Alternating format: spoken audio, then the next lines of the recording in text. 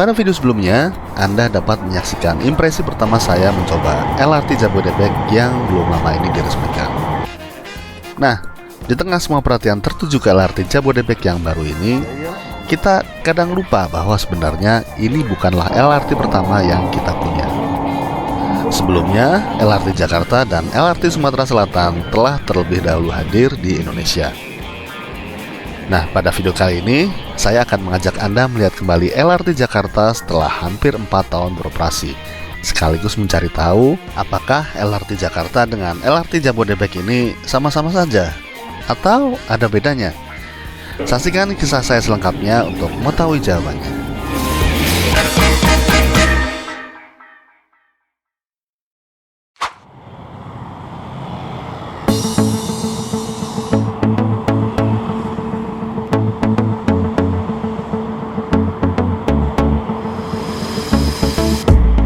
Sebenarnya, sejak beroperasi tahun 2019, saya sama sekali belum pernah mencoba LRT Jakarta. Alasannya, selain karena jauh dari rumah, juga jauh dari kantor. Namun, karena LRT Jabodebek sedang ramai menjadi perbincangan, saya jadi penasaran juga dengan layanan LRT Jakarta yang telah ada sebelumnya. Apakah akan sama impresinya? Nah, untuk menjawab rasa penasaran saya sengaja mengunjungi kawasan Rawamangun. Tujuan saya saat itu adalah stasiun LRT Velodrome yang letaknya di sebelah Jakarta International Velodrome, tidak jauh dari Arion Mall. Ketika sampai, saya langsung disambut oleh petugas yang langsung melakukan pengecekan dengan metal detektor. Kalau saya ingat-ingat kembali, di LRT Jabodebek rasanya tidak ada pengecekan seperti ini.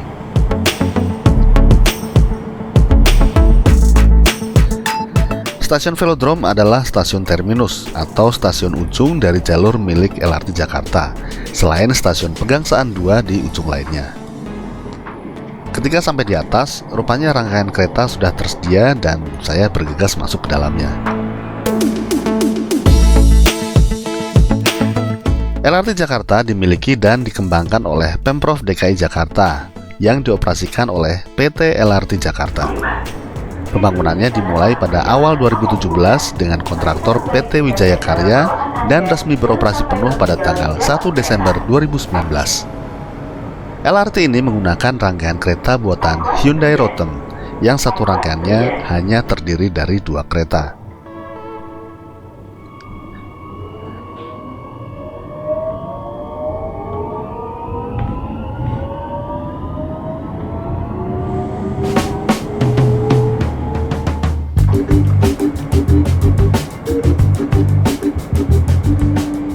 LRT Jakarta ini sayangnya jangkauannya masih terbatas sekali. Panjang jalurnya untuk saat ini baru 5,8 km yang saling terhubung oleh 6 stasiun, yaitu Velodrome, Equestrian, Pulau Mas, Boulevard Selatan, Boulevard Utara, dan Pegangsaan 2, yang keseluruhannya berada di atas elevated track alias melayang.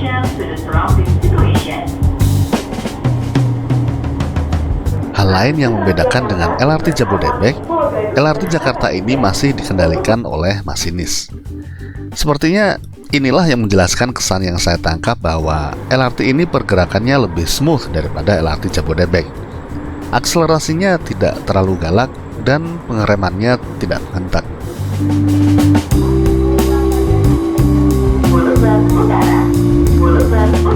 Saya turun di stasiun Boulevard Utara, stasiun paling strategis di jalur ini yang dekat sekali dengan pusat-pusat perbelanjaan di Kelapa Gading. Namun sejak awal saya memang tidak berniat mengunjungi mal-mal di Kelapa Gading. Saya hanya melihat-lihat berkeliling stasiun untuk mengetahui apa saja yang ada di sana.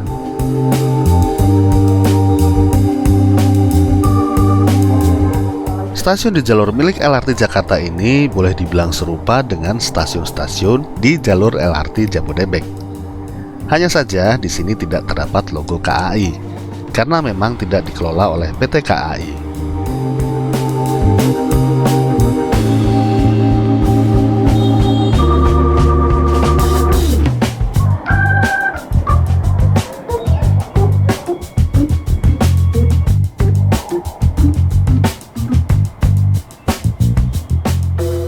Fasilitas di stasiun lebih kurang sama.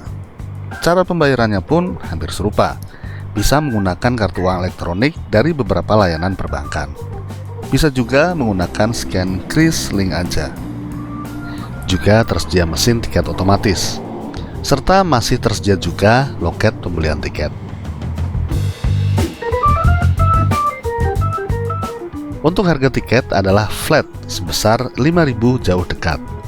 Namun ini memang harga resmi, tidak seperti LRT Jabodebek yang tarifnya saat ini juga masih Rp5.000, tapi harga promo.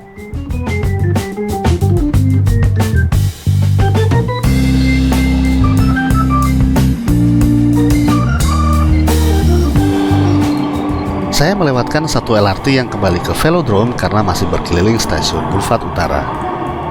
Namun saya tidak khawatir karena headway antar kereta tidak terlalu lama, hanya 10 menit. Setelah puas berkeliling, saya naik rangkaian berikutnya untuk kembali ke stasiun Velodrome.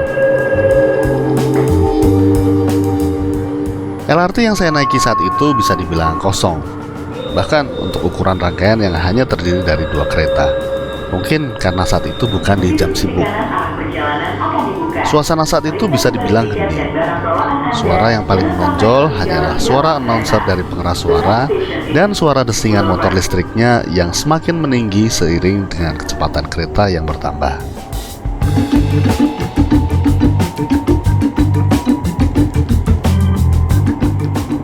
Seingat saya, ini lebih senyap daripada LRT Jabodebek yang suara gesekan roda dengan relnya terdengar cukup kencang. Mungkin karena LRT Jabodebek berjalan pada kecepatan yang lebih tinggi. Entahlah.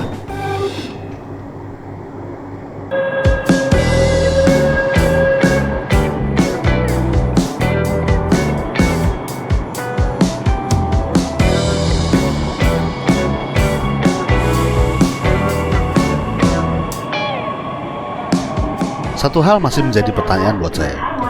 Sebenarnya, siapa target pasar dari LRT Jakarta ini, mengingat jarak lintasannya hanya 5,8 km dan letaknya di tengah-tengah kota? Agak kentang nggak sih? Untungnya, LRT ini terintegrasi dengan layanan transportasi lain seperti Transjakarta. Ya, LRT Jabodebek juga sih. Namun demikian, menurut data yang saya peroleh, di tahun 2022, LRT Jakarta ini mampu mengangkut 1.877 orang per harinya dan ditargetkan mampu meningkat menjadi 2.500 orang setiap harinya di tahun 2023. Kabar baiknya, ekspansi jalur LRT Jakarta ini sedang disiapkan melalui rencana konstruksi LRT Jakarta fase 1B yang menghubungkan Velodrome dengan Manggarai. Kalau ini terrealisasi nantinya, maka tentu jalur ini akan lebih hidup karena akan menjangkau penumpang yang lebih luas. Syukur-syukur di masa depan bisa terkoneksi dengan LRT Jabodebek. Saya sampai kembali di stasiun Velodrome dalam waktu kurang dari 10 menit. Singkat sekali karena memang jalurnya juga pendek. Sepertinya baru duduk sebentar sudah harus bangkit lagi. Tapi ya, itulah dia pengalaman singkat saya menggunakan LRT Jakarta dan sedikit perbandingan dengan LRT Jabodebek yang baru launching. Yang jelas ini bukan masalah yang satu lebih baik dari yang lain atau sebaliknya. Namun dengan semakin banyak pilihan transportasi publik, maka masyarakat juga yang akan diuntungkan. Karena lama-lama capek juga berkendara di tengah kota Jakarta yang semakin macet. Belum lagi di tengah terpaan polusi udara di Jakarta dan sekitarnya yang makin gila-gilaan. Kalau ada transportasi publik yang nyaman dan dapat diandalkan, ya sepertinya naik transportasi publik lebih baik.